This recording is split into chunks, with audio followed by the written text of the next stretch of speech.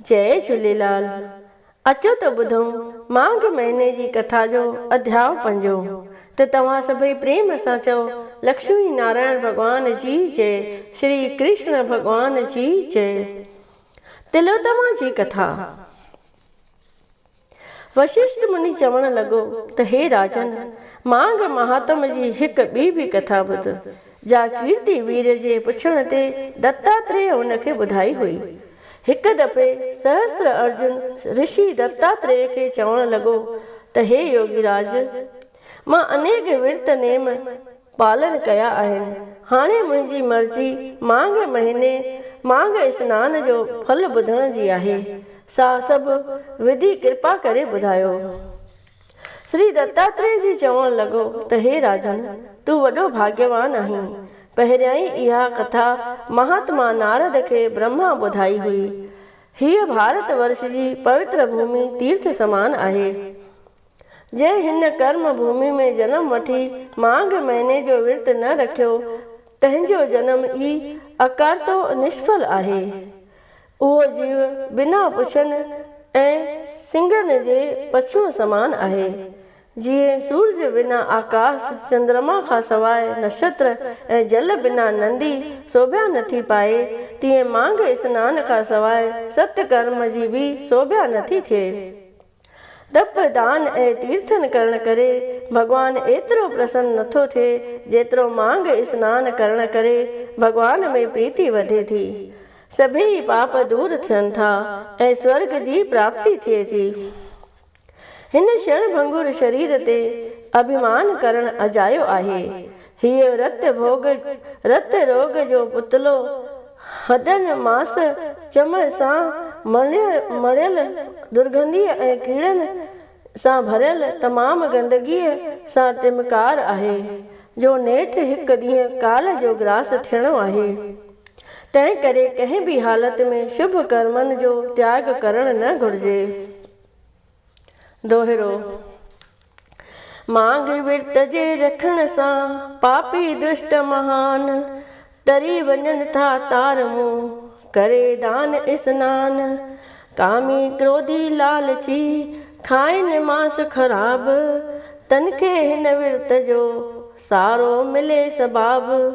माता पिता गुरु जी हत्या जे ब्रह्मा हत्या कन पाप, तरन ॿिया महापातकी जपे मांग जो जाप। रखन जेके विर्त ही पाइन नरक द्वार, नीच जूण में जीव से कन हे मां हाहाकार। हे राजन, माघ स्नान पापन खे नाश करण वारो ऐं हिन जीव खे पवित्र करण आहे, कंदड़ आहे।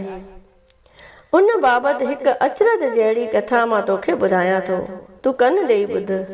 भृग वंश में कुब्जा नाले कल्याणी ब्राह्मणी पैदा थी, पर देवयोग सां उहा बालपणे में ई विधवा थी पई। पंहिंजे उमिरि जा ॾींहं गुज़ारण लाइ विंध्याचल पर्वत जे रेवा नदीअ जे कंधीअ ते वेही हूअ श्री नारायण जो तप करण लॻी। हूअ तमामु सुशील ऐं मधुर वाणीअ वारी हुई। साधु ब्राह्मणनि खे दान पुण्य कंदी हुई। सॼे ॾींहं में फ़क़ति हिकु वक़्तु भोजन कंदी हुई। पंहिंजे सॼी उमिरि में हुन 60 दफ़ा माघ महीने जो विर्त रखियो। हिकु दफ़े तमामु ॾाढी थधि याने पारो पियो। हीअ तपस्या कंदे तमामु निर्मल थी वई। उन्हीअ थधि में स्नान करण करे पंहिंजा प्राण त्याॻिया। उहो महीनो महापवित्र माघ जो हो। हिकदमि विष्णु भॻवान जा पारखद आया, जे उनखे विवान में चाढ़े विष्णु लोक में वठी विया, जिते 4000 युग उन स्वर्ग जा सुख भोॻिया। इहा ॻाल्हि पूरी करे दत्तात्रेय चवण लॻो त हे राजा दिलीप, उन्हनि ॾींहंनि में हिन पृथ्वीअ ते 2 दैत पैदा थिया हुआ, जंहिंमां हिक जो नालो सुनदु ऐं ॿिए जो नालो उपसनंद हो। 2 दैत ऋषियुनि मुनियुनि खे घणो हलाक करण लॻा। परमात्मा देवताउनि जे दुख लाइण लाइ उन्हीअ महाशोभनीक स्त्रीअ खे दैत्यनि जे नाश करण लाइ पृथ्वीअ ते मोकिलियो। जा दैतनि खे मोहण लाइ अप्सराउनि जहिड़ो सुंदर रूप धारे पंहिंजो नालो तिलोत्तमा रखाए भूमंडल में आई। नर्मदा नदीअ में सनानु करे लाल वस्त्र पहिरे कंगण ऐं कंगड़ियूं पाए कुंडलनि ऐं कंढीअ सां पाण खे सिंगारे पेरनि में घुंघरू पाए चमेलीअ जे गुलनि जे बूटे जे छाया में वेही मधुर सुर सां ॻाई आलाप करण लॻी। जॾहिं दैतनि जी हुन ते नज़र पई तॾहिं बे अख़्तियार थी चवण लॻा त हे मृगनैनी चंद्र नैनी नार हीअ गजगामिनी छा संदसि सुहिणो मुहांडो आ कदावर कामिनी अर्श तूं उदरी फर्श ते आहीं आहीं अप्सरा मन बि जे मोहे विधो अहिड़ी भलारी भामिनी।